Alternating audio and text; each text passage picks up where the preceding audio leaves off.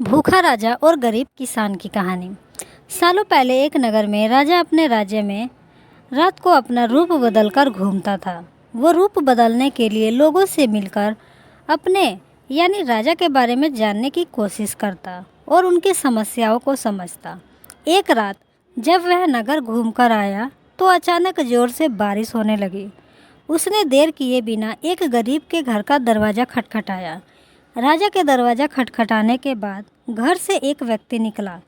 वह एक गरीब किसान था जो अपनी पत्नी और बच्चों के साथ रहता था। बारिश तेज थी तो किसान ने राजा को अंदर आने के लिए कहा। राजा ने घर में जाने के बाद पूछा, क्या आप मुझे कुछ खिला सकते हैं? मुझे बहुत तेज भूख लगी है। वो गरीब किसान और उसका परिवार 3 दिनों से भूखा था और उसके घर में एक भी दाना अन्न का नहीं था। किसान के मन में हुआ कि भले ही हम भूखे हैं लेकिन अपने अतिथि को यूँ भूखा नहीं रख सकते।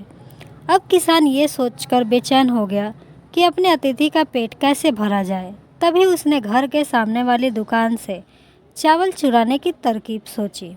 उसने सिर्फ अतिथि के लिए ही 2 मुट्ठी चावल लिया और उसे पकाकर राजा को खिला दिया।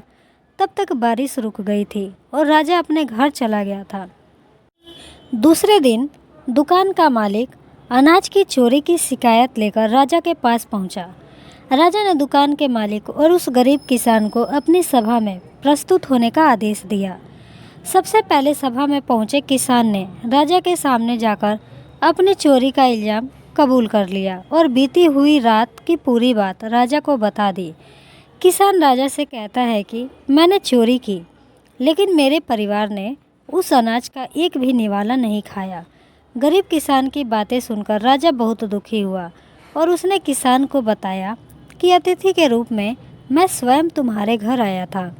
इसके बाद राजा ने सभा में पहुंचे दुकानदार से पूछा कि क्या आपने अपने पड़ोसी को चोरी करते हुए देखा था? दुकानदार ने जवाब दिया कि हाँ, मैंने इसे रात को चोरी करते हुए देखा था।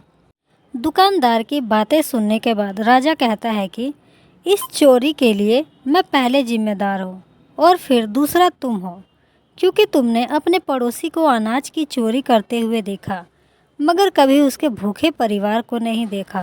तुम अपने पड़ोसी होने का धर्म बिल्कुल नहीं निभा पाए। इतना कहने के बाद राजा ने दुकानदार को सभा से जाने के लिए कह दिया और किसान की अतिथि निष्ठा भाव को देखकर उसे 1000 सोने के सिक्के इनाम में दे दिए। कहानी से सीख, अगर कोई आसपास रहने वाला मुसीबत में है तो हमें उसकी मदद करनी चाहिए।